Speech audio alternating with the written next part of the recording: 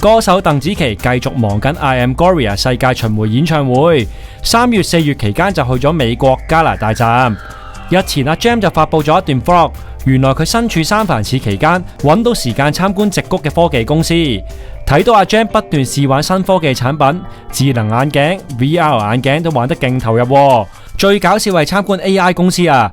公司負責人就向阿 Gem 介紹，100個工程師一日之內就會製作到4至5首歌。